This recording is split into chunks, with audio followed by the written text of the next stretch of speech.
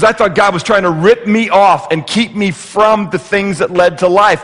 And it took a long time for God to break through my heart and say, brother, I love you. I'm not looking to rip you off. I am looking to set you free. There's a little metaphor that has been birthed through my experience with my children that I want to share with you this morning in the context of you understanding what God wants you to know is that he loves you.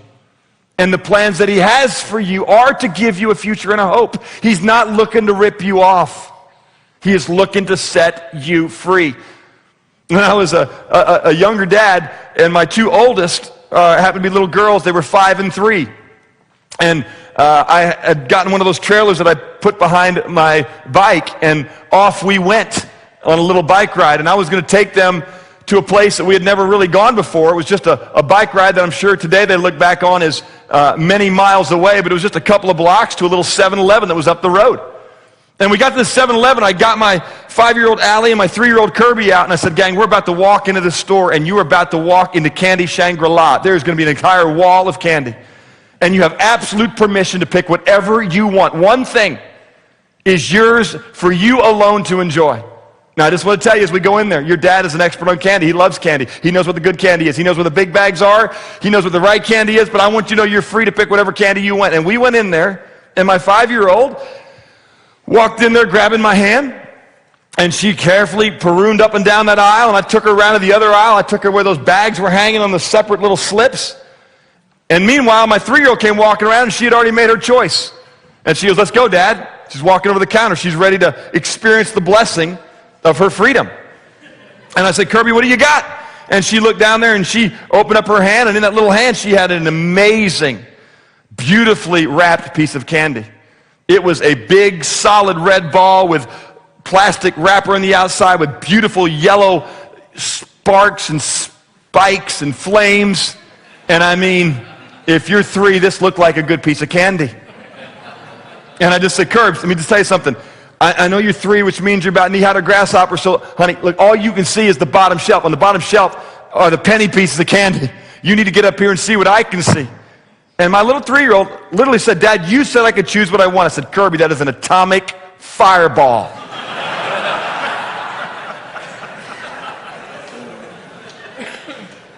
And I said, just hang with me. And so I grabbed Allie. I said, Allie, look at this. And I walked her up and down that aisle. I said, up here we've got Skittles. This Skittle bag is filled with multiple colors of sweet candy, each one exploding in your mouth. It'll last you a week. Over here, Starburst, individually wrapped. These are Sprees. This got your dad through calculus right here. Okay? It's just constant sweetness and sour, perfectly mixed and delectable flavors. And peanut M&Ms. We spent some serious time talking about the wonders of peanut M&Ms. And I had Kirby there listening to all this. We walked around. I go, look, here's the pound bag. And so Allie and I finally decided on the pound bag of Skittles. And I said, Curbs, listen, your dad knows candy. And Allie looked at Kirby, and she said, Kirby, listen to Daddy. Daddy knows what he's doing. Dad is good at candy. And Kirby was not impressed with her 5-year-old testimony, my 40-year-old pleadings, and so I said, all right, teachable moment. Up we go, slap the Skittles, slap the atomic fireball, and we walk outside, and we sit down. Allie opens her bag. Kirby's already got that wrapper undone and in her mouth, and she fired that thing in her mouth. Now, what happens when you put an atomic fireball in your mouth? Initially, there is a thin layer of sweetness. Allie pulls out this little tiny red Skittle. It is in her mouth and almost gone. Kirby's over there, got a knot in the right side of her mouth, sucking on it like a baby calf. And I looked at her, and she's all proud of herself, and Allie goes in for another one. But all of a sudden, after about 20 seconds of sweetness, reality starts to kick in. And that sweetness and the red is gone, and reality is starting to go in that little 3-year-old mouth. And out came that atomic fireball. Caught it, and in went that atomic fireball. Hand over the mouth. I said, Kirby, this is a little lesson we've got going on right here. Your dad.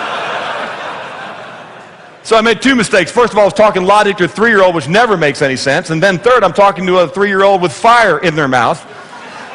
But I sat there, and we walked her through and said, look, you wanted this candy, and it tasted sweet for a while, and you thought you were smarter than your dad, but your dad loves you. I'm not trying to rip you off. I'm trying to take you where the sweet stuff is. And the rest of our life, we went home. I told Allie, you can't share what you've got with your sister. She made a choice, and hers is an atomic fireball. I saved it. And every now and then, when Allie got her Skittles out, I go, hey, Curbs, you want some more of your atomic fireball? Oh, no. I want to go back to the love. And I said, you remember your dad loves you. I'm not looking to rip you off. I'm looking to set you free. And as I laid in bed that night, my wife and I were talking, and I just was convicted. And the Lord said, Todd, you know what? That's your story. That's who you are, man. All you do is you go down there with what you can see, things that make sense to you, and you grab them. And you get them in your hand. You think I'm trying to rip you off because you can't see as I see. You don't know as I know. And you got to learn that I love you, man. And just like you delighted in taking your kids in the finest stores of life and letting them pick the thing that was going to give them joy for a moment, the plans I've got for you are to set you free. I'm not looking to rip you off.